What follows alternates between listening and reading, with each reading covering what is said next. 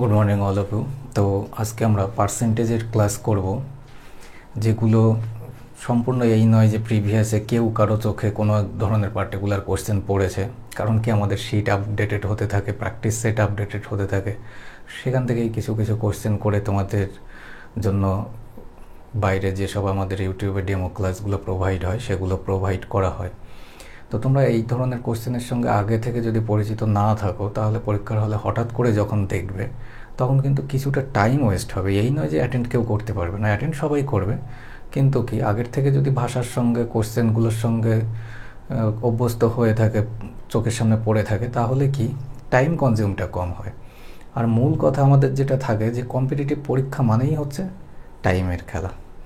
কে কার থেকে কত আগে করে বেরোতে পারবে সেটাই হচ্ছে সেখানে রেসটা জিতে গেল। আর কচ্ছপ আর খরগোশের গল্প তো তোমরা সবাই শুনেছ।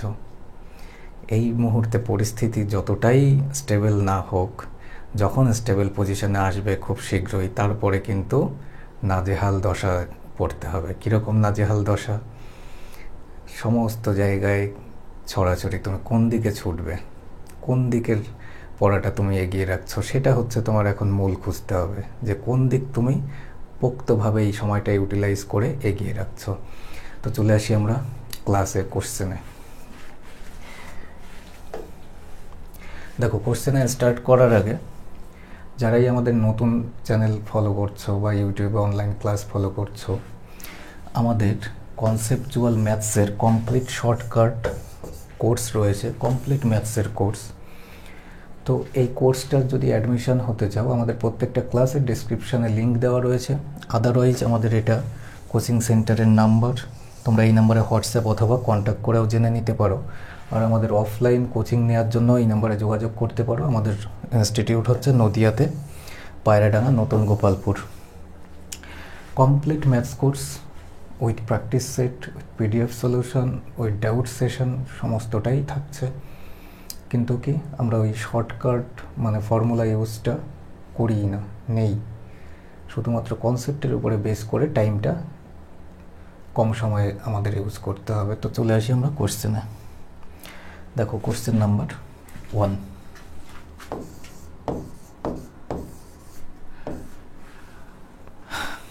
রবিনা তার মাসিক বেতনের 16% একটি এনজিওতে দান করার সিদ্ধান্ত নেয়।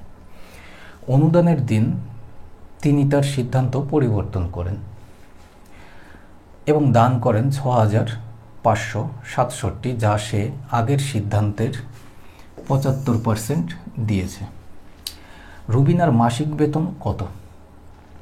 তো এই ক্লাসের যতগুলো কোশ্চেন করানো হচ্ছে পার্সেন্টেজের, পুরো পিডিএফটাই তোমরা ডেসক্রিপশানে লিঙ্কটা খুঁজবে, আমি দিয়ে দিতে বলছি, যাতে তোমরা ডাউনলোড করে নিতে পারো। ঠিক আছে? পিডিএফটা ফ্রি অফ কস্ট তোমরা ডাউনলোড করে নিতে পারবে, নিজেদের কাছে রেখে দিয়ে বা নোট ডাউন করে নিয়ে প্র্যাকটিস করো, আপকামিং কাজে লিখবে। তো এই হচ্ছে যখনই দেখছো যে একটা নতুন ধরনের চিন্তাধারার কোশ্চেন। ইনি চিন্তা করেছিল যে আমি 16% দান করব। কত পার্সেন্ট দান করবে? না, 16%। কিন্তু মতের চেঞ্জ হয়েছে, 16%-এর বলেছে এখন 75% দান করছে। 16% দান করতে চেয়েছিল, 16% না করে 75% করছে, এই নয়, 16%-এর যেটা দান করতে চেয়েছিল তার 75%। এবার 16%-এর ভগ্নাংশ ভ্যালু কত? 4/25। 75%-এর ভগ্নাংশ ভ্যালু কত? 3/4। 4 আর 25 আমরা টোটাল মনে করলাম। রবিনার আয় ছিল 100 টাকা। 100 টাকা, 100 টাকার সে 16% মানে 100-র 4-এর 25 কত আসবে? 16 টাকা সে দান করত। কিন্তু দান কত করেছে? 16-র 3-এর 4, 4-4-এ 16, 3-4-এ 12 টাকা সে আলটিমেটলি দান করেছে। কিন্তু কোশ্চেন অনুযায়ী সে দানটা কত টাকার করেছে? 6,567 টাকার। কত গুণ বেশি 12 থেকে? 5-12 60। দেখো, 5 দিয়ে একমাত্র, আমি এখানে কম্পেয়ার করে আরও যেতে পারি, কিন্তু যাব না, ক্যালকুলেশন এক্সট্রা কেন ওয়েস্ট করব। 5 দিয়ে একমাত্র option A B C D এর মধ্যে একমাত্র অপশন বি ছাড়া কোনো অপশনই চোখে পড়ছে না, তাহলে অপশন বি মার্কিং করে দাও। সম্পূর্ণ তো করে আমরা কেন উত্তর বলবো। নেক্সট কোশ্চেনে আসি। Next question number 2।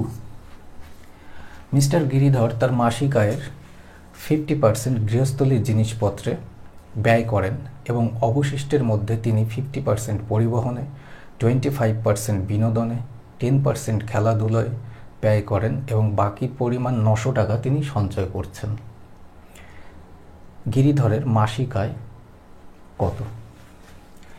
দেখো, গিরিধর তার মাসিক আয়ের 50% গৃহস্থলীর জন্য ব্যয় করছেন, 50% গৃহস্থলীর জন্য, এবং অবশিষ্টের মধ্যে তিনি মানে বাকি টাকার, তার কাছে তো 50% যদি খরচ করে ফেলে আর বাকি পড়ে থাকছে 50%, তাহলে এই টাকার উপরে তিনি কি করছে না 50% পরিবহন। তাহলে তুমি কি করবে? পার্সেন্ট ভ্যালু অ্যাটাক করতে করতে যাবে। 50% পরিবহন, 50%-এর ভগ্নাংশ ভ্যালু হাফ। 25% বিনোদন, 25%-এর ভগ্নাংশ ভ্যালু 4। 10% খেলাধুলা, ভগ্নাংশ ভ্যালু 1/10। ব্যাস, পার্সেন্ট নেওয়া কমপ্লিট। এবার এই যে 50%, এই 50%-টা আমরা কি ভাববো?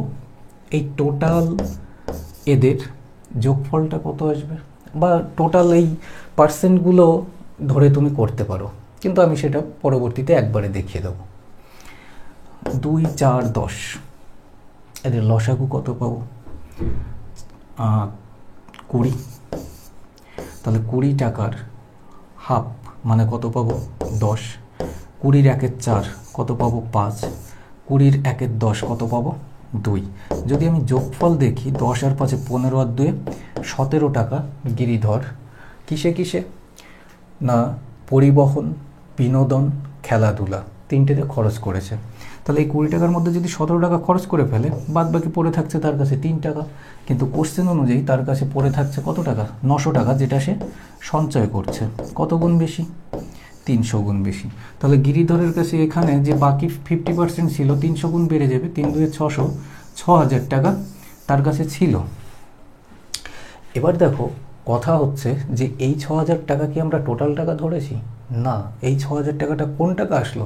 এই 50% টাকা হচ্ছে 6000 টাকা। তাহলে এই 50% যদি 6000 টাকা হয়, এখানে গিয়ে এখানে আরও 50% টাকা রয়েছে, তাহলে এই 50%-এর মান আরও 6000 টাকা হবে। তাহলে 6 6 টোটাল কত হাজার টাকা? 12,000 টাকা।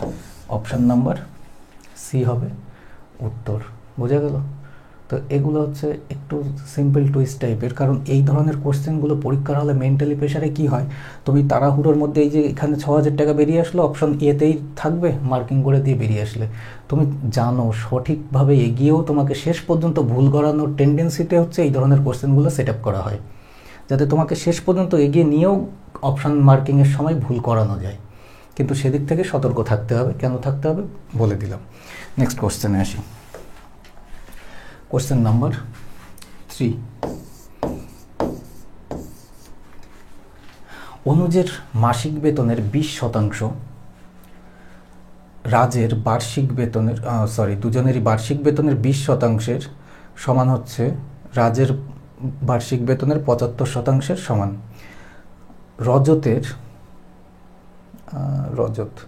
রজতের মাসিক বেতন রবির মাসিক বেতনের 60%। যদি রবির বাৎসরিক আয় 1,44,000 টাকা হয়, অনুজের মাসিক বেতন কত সেটা ফাইন্ড করতে হবে। দেখো, অনুজের বার্ষিক বেতনের 20%, তাহলে অনুজ যা টাকাই আয় করে তার 20% এর সমান বলেছে রজতের 75%-এর সমান, 75%-এর সমান। পার্সেন্টেজের সঙ্গে পার্সেন্টেজ আউট হবে। 5 দিয়ে যদি কাটো 4 বার, 5 দিয়ে কাটলে 15 বার। তাহলে অনুজ ডিভাইড বাই রজত কত আসবে? 15/4, অর্থাৎ অনুজের 15 টাকা হলে রজতের 4 টাকা। কি বলেছে? রজতের মাসিক বেতন রবির মাসিক বেতনের 60%, রজত আর হচ্ছে রবি। 60% ভগ্নাংশ ভ্যালু কত? 3/5। কার বেতনের 60%? রবির বেতনের। তাহলে রবির বেতন যদি 5 টাকা হয়, রজতের বেতন 3 টাকা হবে। আর এক্ষেত্রে দেখো রজত আর অনুজের সঙ্গে আমরা একটা রিলেশন পেয়েছি কি না, অনুজের যদি 15 টাকা হয় আর রজতের সেক্ষেত্রে 4 টাকা মাসিক বেতন। এবার রজতের ক্ষেত্রে কমন পার্সন, একবার 3 ভ্যালু একবার 4 ভ্যালু, যেহেতু আলাদা আলাদা ভ্যালু দেখা যাচ্ছে তো আমরা কি করব, একে 4 দ্বারা গুণ করলাম, একে 3 দ্বারা গুণ করলাম। এখানে 3 মানে এখানে 3, এখানে 4 মানে এখানে 4 করতেই রেশিওটা কি পাবো? 3 15 45, 3 4 12, 4 5 20। এবার ব্যালেন্সটা যেহেতু কমপ্লিট হলো, দেখতে হবে আমাদের কার মায়না দেওয়া রয়েছে। যদি রবির বাৎসরিক আয় হয় 1.44 লাখ, রবির বাৎসরিক আয়, তাহলে রবি যদি 12 মাসে 1,44,000 টাকা আয় করে, প্রত্যেক মাসে সে কত টাকা করে আয় করছে? 12,000 টাকা। তাহলে রবি 20 নয় 12,000 টাকা আয় করছে। কত গুণ বেশি? শূন্যর সঙ্গে শূন্য কাটো, 2 দিয়ে কাটলে 6,000 গুণ, তাই তো? 600 গুণ বেশি, 600 গুণ বেশি। তাহলে কার মাইনা বের করতে বলেছে? অনুজের মাসিক বেতন। অনুজের মাসিক বেতন 600 গুণ বাড়িয়ে দাও, 0 0 5 6 30, 0 হাতে 3, 4 6 24 আর 3 27। তাহলে মাসিক বেতন 27,000 টাকা। এখানে 0 এক একটা বাড়তি করা রয়েছে, ঠিক আছে। 27,000 টাকা, অপশন নাম্বার সি আসবে আমাদের অ্যান্সার। টাইপিংয়ের সময় কিছু একটা এটাতে প্রবলেম দিয়েছে। নেক্সট কোশ্চেনে আসি। Question number 4।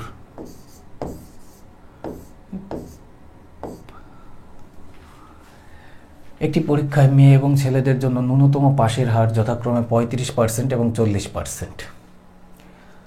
মেয়েদের কনসিডার দেওয়াই হয়, দিয়েছে যে লেডিস যদি পাস করতে হয় তাহলে 35% নিতে হবে, আর বয়েজদের যদি পাস করতে হয় তাহলে 40% নিয়ে আসো, পাস করিয়ে দেবো।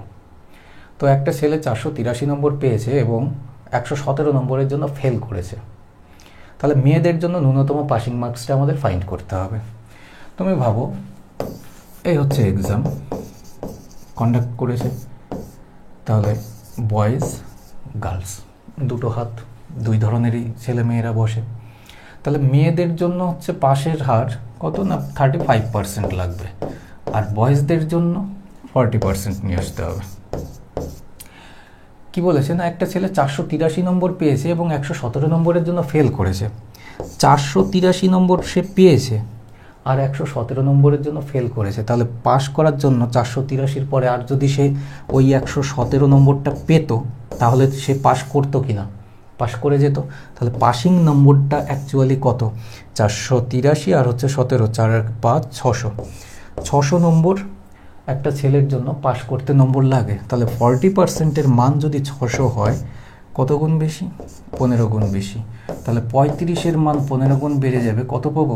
5 15 75, 5 হাতে 7, 3 15 45 আর 7 52, 525 নম্বর প্রয়োজন পড়বে। ঠিক আছে, সিম্পল কোশ্চেন। আমাদের এটা অপশনে নেই, তো অপশনে নেই যেহেতু আমরা কোনটা মার্কিং করতে পারি? None of this. Option number D আমাদের জন্য ফাঁকাই পড়ে রয়েছে। নেক্সট কোশ্চেনে আসি। Question number 5।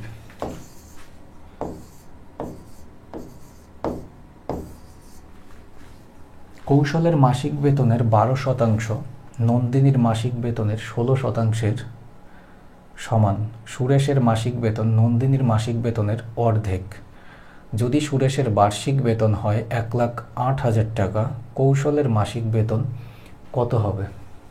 দেখো, কৌশলের মাসিক বেতনের 12%, তাহলে কৌশল যাই আয় করে তার 12% ইকুয়ালি বলেছে নন্দিনীর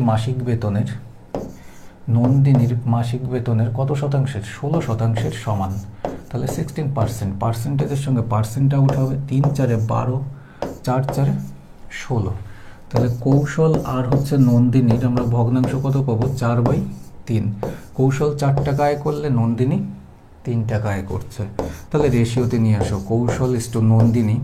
আর একটা পাবো কার না, সুরেশের সঙ্গে নন্দিনীর। তাহলে সুরেশ নতুন একজন ব্যক্তি অ্যাড হলো। কৌশল আর নন্দিনীর রেশিওটা কত, 4:3। আর কি বলেছে, সুরেশের মাসিক বেতন নন্দিনীর মাসিক বেতনের অর্ধেক। এবার তুমি ভাবো, সুরেশের মাসিক বেতন নন্দিনীর মাসিক বেতনের অর্ধেক, এই তো বলেছে হাফ। তাহলে এদের দুজনার মধ্যে যদি আমি রেশিও করতে চাই, কার কার মধ্যে, নন্দিনী আর হচ্ছে সুরেশ, তাহলে নন্দিনীর যা টাকা আমি দেব তার অর্ধেক দিতে হবে সুরেশকে, তাই তো। তাহলে এর অর্ধেক হচ্ছে এ, তাহলে অর্ধেক যখন এর অর্ধেক এ, তাহলে একে যদি আমি 2 টাকা দিই, একে কত দেব, 1 টাকা দেবো। সিম্পল হিসাব। তাহলে এইটুকুই যদি বসাতে তুমি শিখে যাও, তাহলেই তুমি ব্যালেন্সে এক্সপার্ট হয়ে গেছো। নন্দিনী কমন, তাহলে 3 ভ্যালু 2 ভ্যালু আলাদা আলাদা, তাহলে একে 3 দ্বারা গুণ করো, একে 2 দ্বারা গুণ করো, এখানে 3 গুণ, এখানেও 3 গুণ, এখানে দ্বিগুণ, এখানেও দ্বিগুণ। সিম্পল রেশিওতে নিয়ে আসো, 4 2 8, 3 2 6, 3 1 3। বেরিয়ে আসলো প্রত্যেকের রেশিও, কার্ডটা দেওয়া রয়েছে। যদি সুরেশের বার্ষিক বেতন 1,08,000 টাকা হয়, বার্ষিক বেতন 12 মাসে যদি 1,08,000 টাকা আয় করে, প্রত্যেক মাসে 9,000 টাকা করে আয় করছে। 12 দিয়ে সিম্পল বার্ষিক আয়কে ভাগ করে দাও, 9,000 টাকা প্রত্যেক মাসে আয় করছে। তাহলে কার, সুরেশ যদি 9,000 টাকা আয় করে, 3,000 গুণ বেশি। কৌশলের মাসিক বেতন, তাহলে কৌশলের মাসিক বেতন 3,000 গুণ বেড়ে যাবে, 3 8 24,000 টাকা। কোন অপশান আছে, অপশান নাম্বার ডি। ক্লিয়ার? তো এই হচ্ছে সিম্পল কোশ্চেনটা ছিল। নেক্সট কোশ্চেনে আসি, কোশ্চেন নাম্বার 6।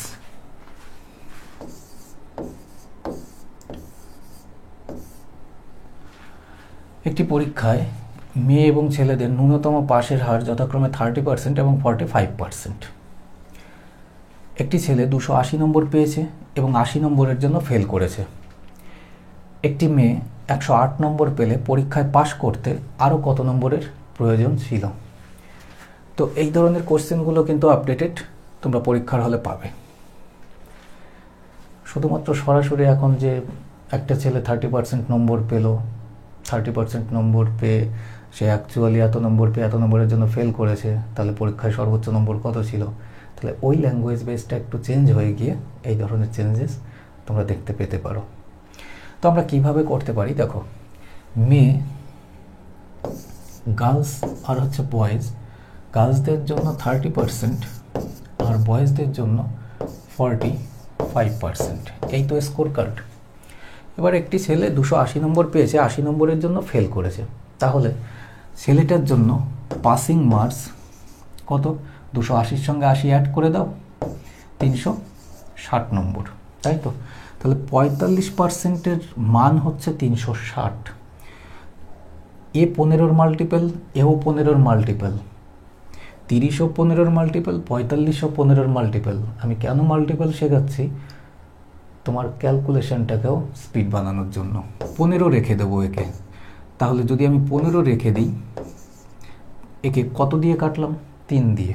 তাহলে এখানেও যদি 3 দিয়ে কাটি, 3 দিয়ে 3 12 36, 120। তাহলে 15%-এর মান হচ্ছে 120। 15% থেকে 30% দ্বিগুণ, তো দ্বিগুণ। তাহলে 30%-এর মান যদি আমাদের দরকার পড়ে, 120-র সঙ্গে দ্বিগুণ করে দাও, 240। কত? 30%-এর মান বেরোলো 240। অর্থাৎ 30% কার দরকার? 30% দরকার প্রত্যেকটা মেয়ের। কিসের জন্য? পাশ করার জন্য। তাহলে পাশ করার জন্য যদি 240 নম্বর দরকার হয়, একটা মেয়ে 108 নম্বর পেয়েছে, তাহলে 108 নম্বর যদি পেয়ে থাকে, এর পাশ করার জন্য এখনও কত নম্বর দরকার পড়বে? 2 3 132 নম্বর, অপশন নাম্বার এ। তাই তো, বোঝা গেল? Simple question, just verbally logically এগুলোই পারা যাবে। নেক্সট কোশ্চেনে আসি। Question number 7।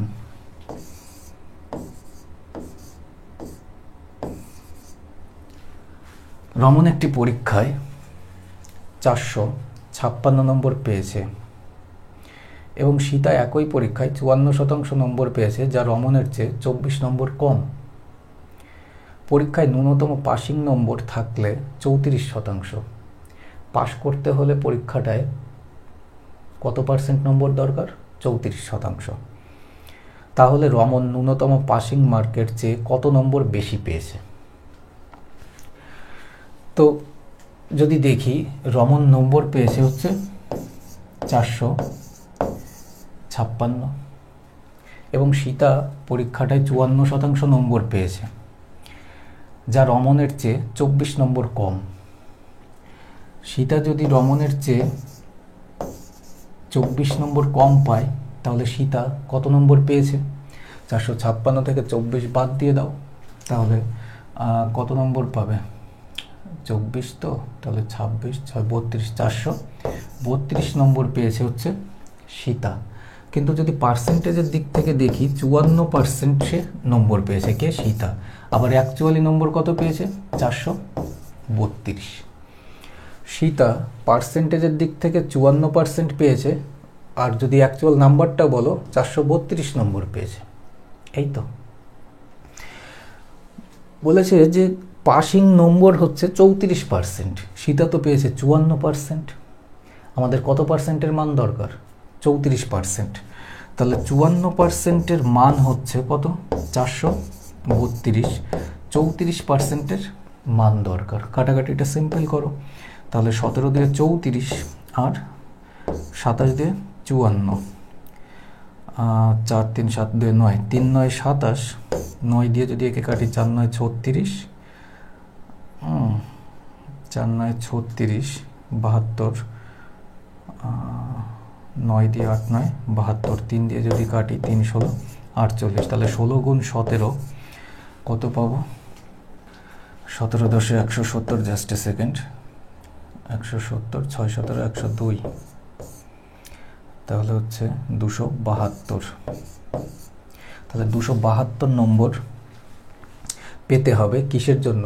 পাস করার জন্য, 34%। কিন্তু কি হয়েছে? বলেছে যে তাহলে রমন ন্যূনতম পাসিং মার্কসের চেয়ে কত নম্বর বেশি পেয়েছে? রজত নম্বর পেয়েছে 456। তাহলে 456 থেকে এই 272টা মাইনাস করে দাও, তাহলে কত আসবে? 4 দিয়ে একমাত্র অপশন নম্বর এ ইউনিট ডিজিট 184 নম্বর হচ্ছে পেতে হবে। ঠিক আছে, সিম্পল এই কোশ্চেনটা, এই ক্যালকুলেশন। নেক্সট কোশ্চেনে আসি। Question number 8।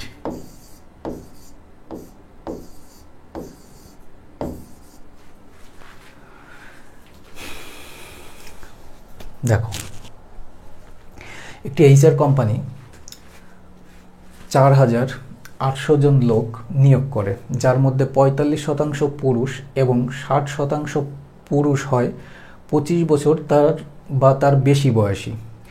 মানে 4800 জন লোকের মধ্যে 45% পুরুষ আছে, আবার ওই পুরুষের 60%-এর বয়স হচ্ছে 25 বছর বা তার বেশি বয়সী। তাহলে বলেছে যে এইচআর কোম্পানিতে কতজন পুরুষ নিযুক্ত আছেন যাদের বয়স 25 বছর থেকে কম। সিম্পল কোশ্চেনকে একটু জোরালো পাকানো। টোটাল তো আমার 4800 জন, ওটা আমি পরে যাব। আগে বলেছে 45% পুরুষ, 45%, তারপরে আবার 60%। 45%-এর মান কত? 9/20। 60%-এর মান কত? 3/5। তাই তো? তাহলে টোটাল আমি ভাববো কিসের জন্য? 45% পুরুষ এবং 60% পুরুষ হচ্ছে 25 বছর বা তার বেশি বয়সী। তাহলে 5 আর 20 মাল্টিপল নেব 100। তাহলে 100 যদি 9 × 20 আমি দেখি কত পাবো? 45। 45-এর যদি আমি 3 × 5 দেখি 27 পাবো। এই যে 27 আসলো মানে কি, এই 60%-এর মান হচ্ছে এই 27। তাহলে এই 27 কি 25 বছরের বেশি বয়সী পুরুষ, এই মান।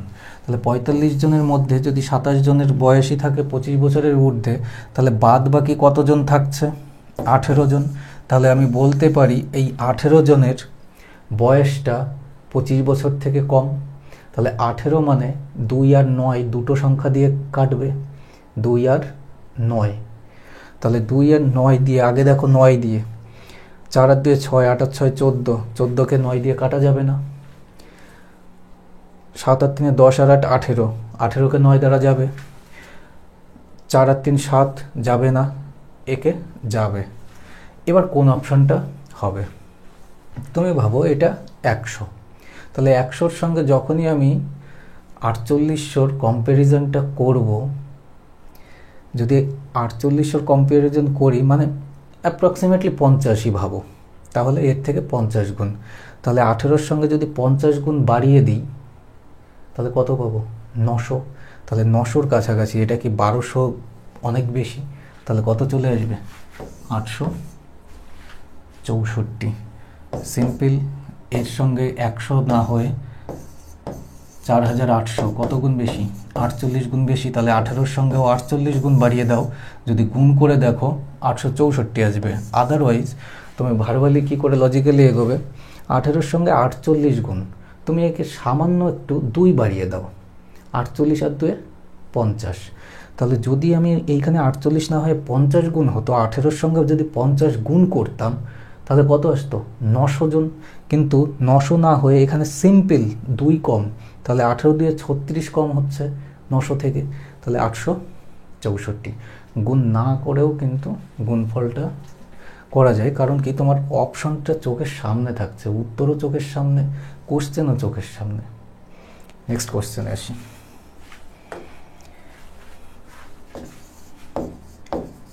Question number 9। দ্বিতীয় সংখ্যার 22% সমান একটি সংখ্যার 6/11তম। দ্বিতীয় সংখ্যাটি তৃতীয় সংখ্যার 1/4 সমান।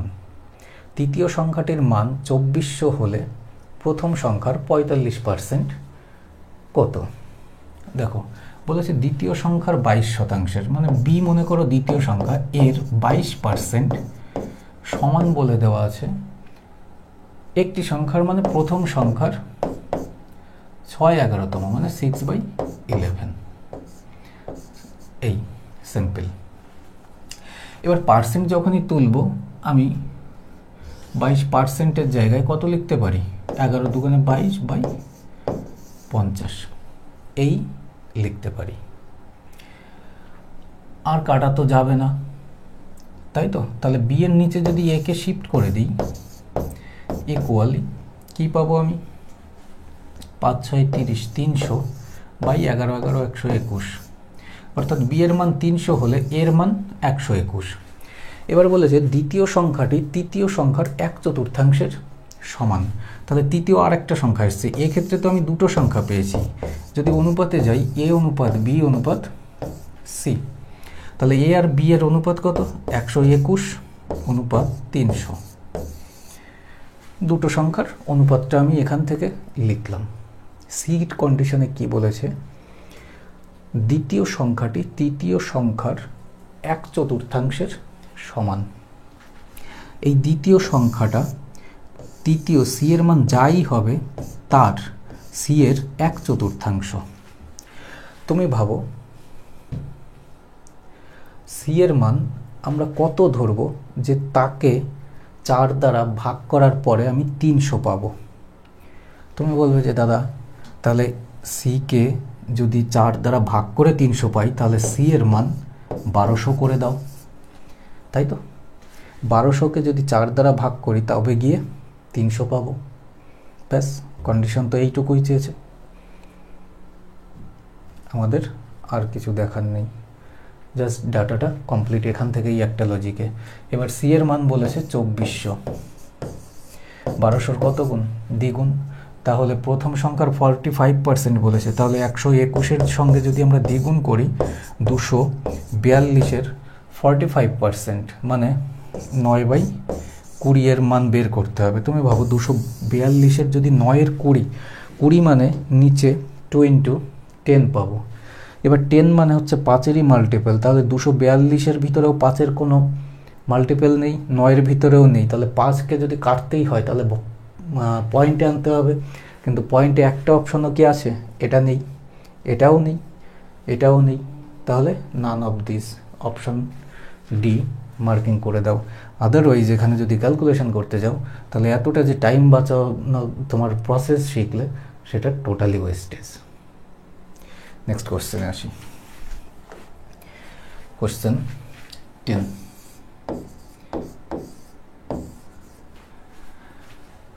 পুরো পার্সেন্টেজের আজকের ক্লাসের ভিতরে ডেপথ কোশ্চেন হচ্ছে এটা।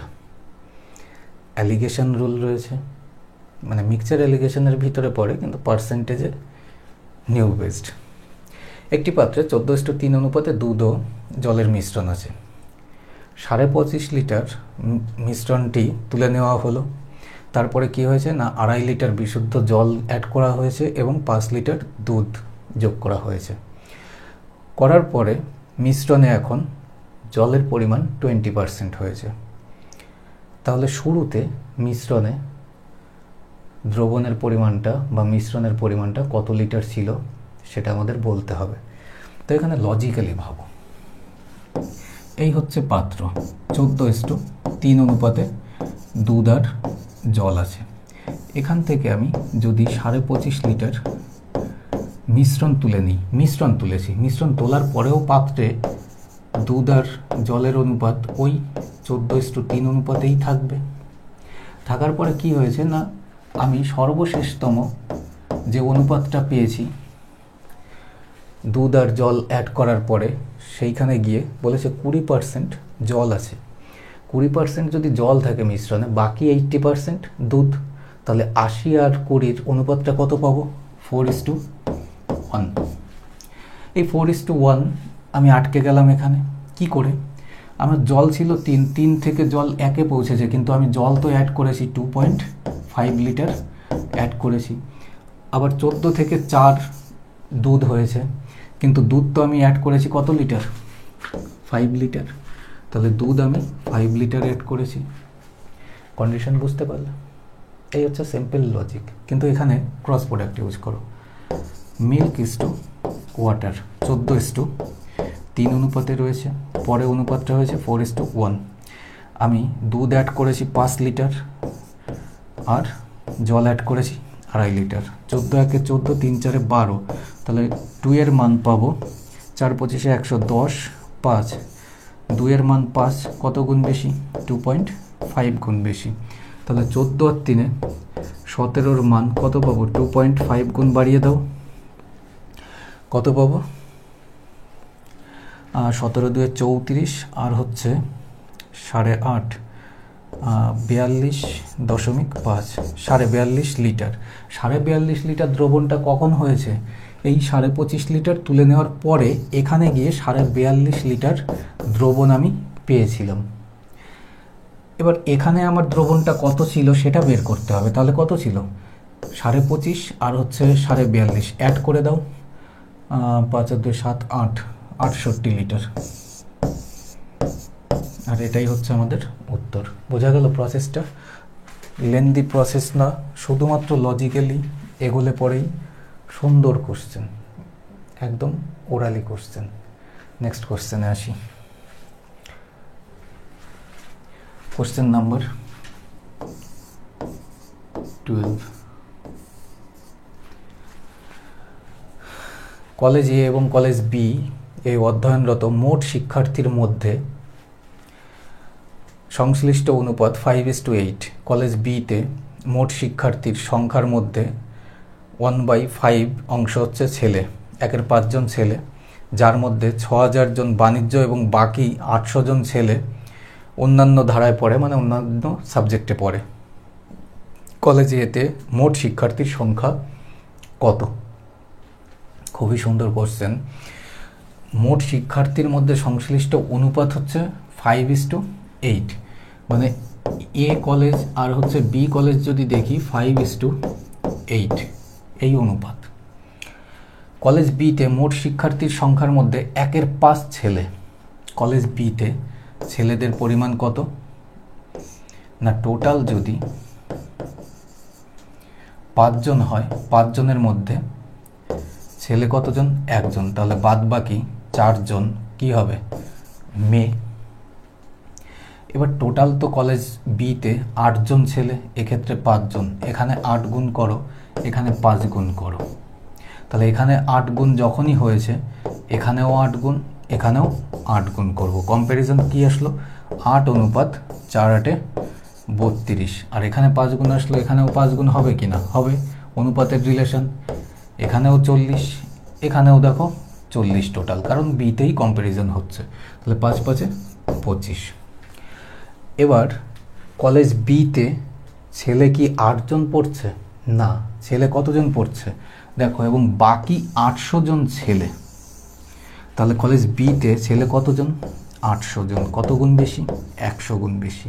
তাহলে আমাদের কি বের করতে বলেছে? এতে মোট শিক্ষার্থীর সংখ্যা কত? 25-এর সঙ্গে 100 গুণ বাড়িয়ে দাও, 2500 জন ছেলে। আর এটাই হচ্ছে উত্তর, অপশন নাম্বার বি। ঠিক আছে,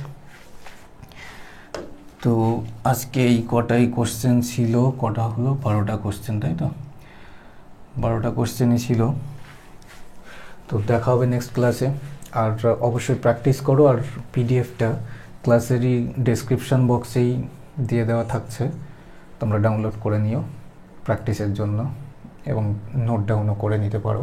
তাহলে কি ইন ফিউচার কাজে লাগবে, কারণ এই ধরনের ভাষা, এবং মূল কথা কি, তুমি আগে থেকে যদি ভাষা শিখে যাও, যে এই ধরনের ভাষার কোশ্চেনগুলো আসে, অভ্যস্ত থাকো, তাহলে কিন্তু বেনিফিটটা বেশিই পাবে পরীক্ষার হলে গিয়ে। তোমার আর নতুন মনে হবে না যে এই কোশ্চেনগুলো আমি নতুন পড়ছি। দেখা হবে নেক্সট ক্লাসে। Thanks for watching.